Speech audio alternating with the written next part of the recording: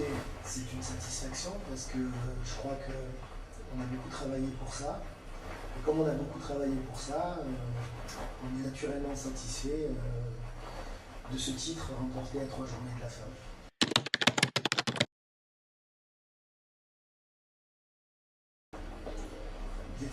Des transfuges qui n'ont pas confirmé, c'est un point de vue. Moi, je sais que s'adapter à un football très organisé, ça prend du temps. Donc nous avons recruté des joueurs qui sont bons joueurs, qui aujourd'hui sont toujours de bons joueurs, mais qui ont peut-être mis un peu de temps à s'adapter, mais qui sont en phase d'adaptation.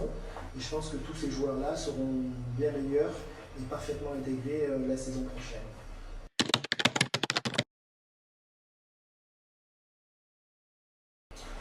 Non, on a un département qui travaille là-dessus, dirigé par Abdou Salam Lam, oui, qui travaille beaucoup, qui me fait beaucoup de propositions, à moi ainsi qu'à mon staff et à la direction du club.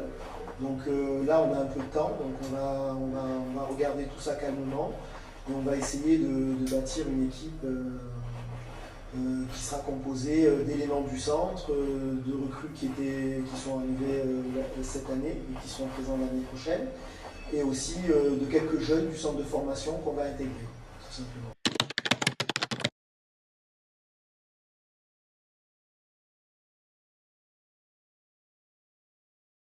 Non, je ne suis pas dans la confidence, je ne sais pas exactement quels sont les joueurs qui vont partir. Il y a des parties, Aliou Diallo, oui, dans Sadio Mané. Mais en même temps, c'est peut-être notre raison d'être. On est là pour former les joueurs, leur donner une chance de travailler, de progresser, et puis d'aller monnayer leur talent ailleurs. Au-delà d'être une réussite sportive, c'est aussi une réussite sociale. Donc à ce titre-là, moi je suis toujours content de voir un joueur partir et améliorer ses conditions de vie, aider sa famille. Moi je trouve ça très intéressant. Voilà, donc je m'en plains pas. Ben moi je trouve que c'est un championnat de très bon niveau. Moi j'ai rencontré cette année de très belles équipes, bien organisées tactiquement, avec de très bons joueurs. Il y a du talent au Sénégal, ça c'est une évidence que personne ne nie maintenant, puisque quand on regarde les chiffres, on voit que le Sénégal est le pays exportateur numéro 1 de joueurs, donc ça veut dire que le talent est réellement là.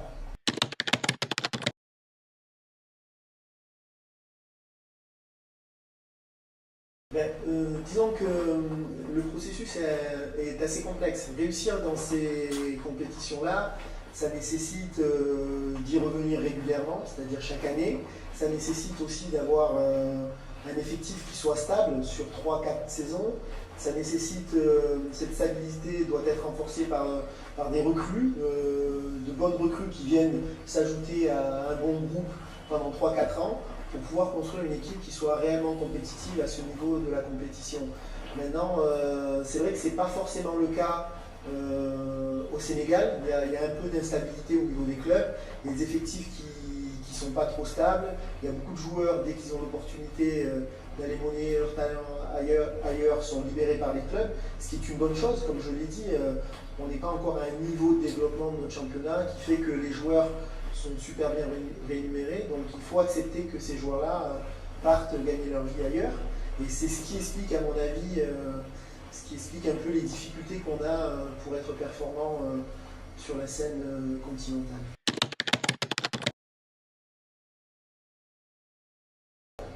Je pense qu'on a une bonne équipe. Si vous voulez que le Sénégal est favori.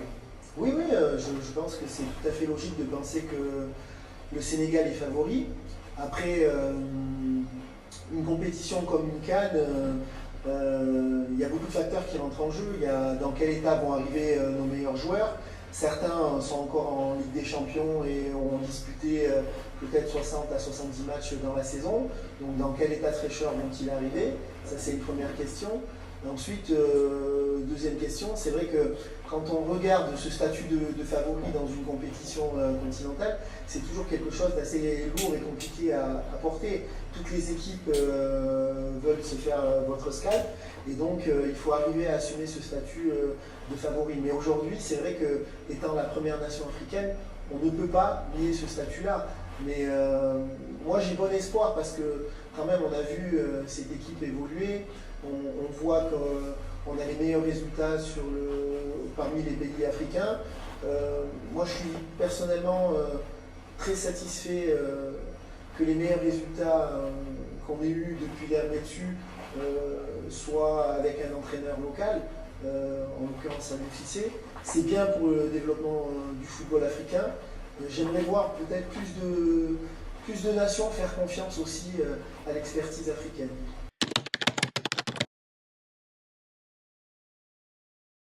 Écoutez, force est de constater qu'il a fait beaucoup mieux que d'autres sélectionneurs étrangers. Donc à ce titre-là, il faut l'en féliciter. Il faut saluer aussi l'investissement qu'il y met. Maintenant, c'est vrai que malheureusement, on n'a pas encore réussi à gagner ce titre continental que tout le monde attend.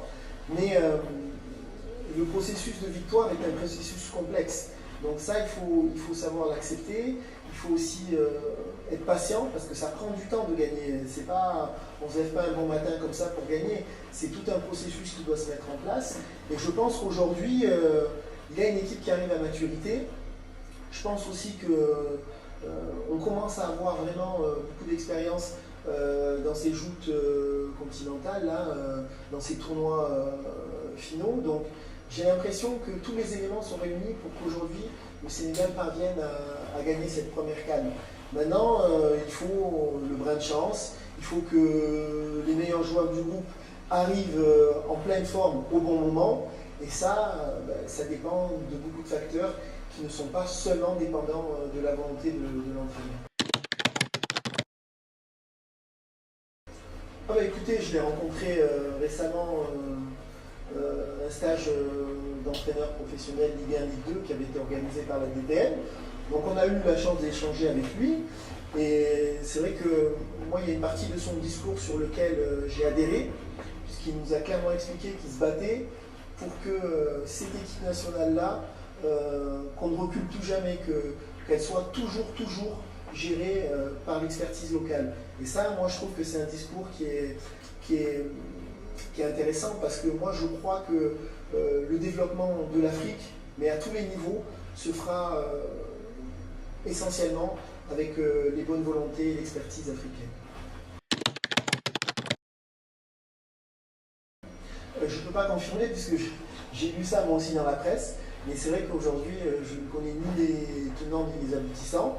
Bon, si c'est le cas, je suis ravi pour le joueur, c'est bien. De toute façon, quand on forme des joueurs, on a la volonté de les voir évoluer, aller s'épanouir en Europe et peut-être demain jouer dans les meilleurs clubs européens.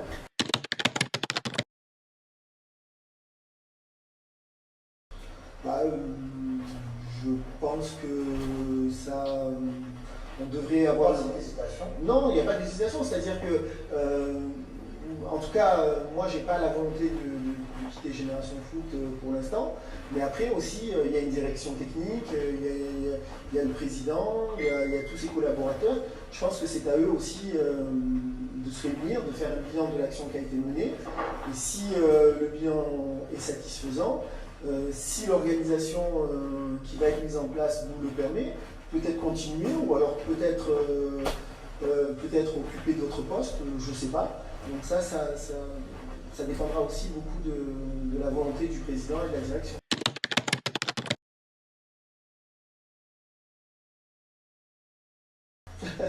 Ah bon? Non, je ne suis pas au courant, mais je pense que non, c'est pas une information fondée. Aujourd'hui, je suis bien à Génération Foot. C'est vrai que je suis en fin de contrat, c'est une donnée aussi, mais aujourd'hui je pense que la saison n'est pas finie. On a encore 3 matchs de championnat qui sont importants à mes yeux à discuter. On a aussi bien évidemment cette demi-finale de la Ligue, qui est une compétition qu'on n'a jamais remportée. Donc on a encore de vrais objectifs devant nous. Donc aujourd'hui, il n'est pas question d'un départ de Demba Mbaye de Génération Foot.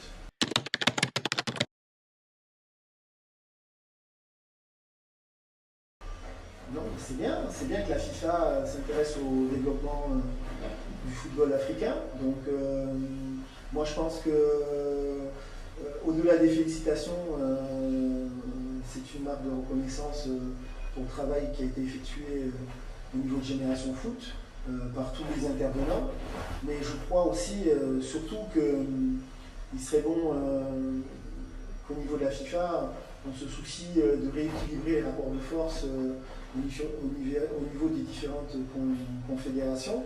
Et moi, je les encourage très nettement à augmenter le nombre de compétitions de jeunes, parce que c'est vrai qu'aujourd'hui, on a les compétitions en U17, on a aussi une compétition en U20 et en U23, mais entre U17 et U20, il y a 2 ans, et donc il y a 2 ans où nos meilleurs jeunes n'ont pas de compétition officielle, donc il serait intéressant d'avoir une compétition aussi en U18 et en U19.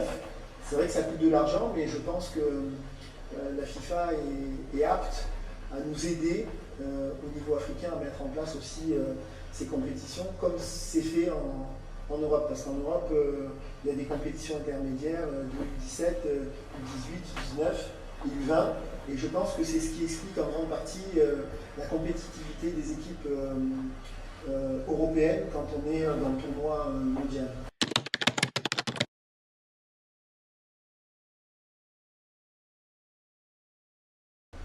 Moi, je suis surtout intéressé par bien finir mon championnat, parce que, comme je le disais, on a 3 matchs encore à jouer.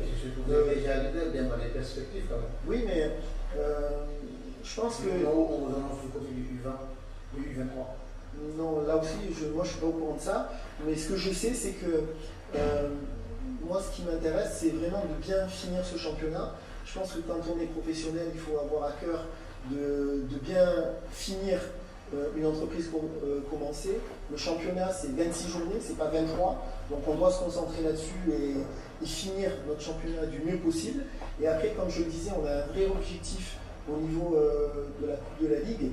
Parce que, comme je le disais, c'est une compétition que le club n'a jamais gagnée.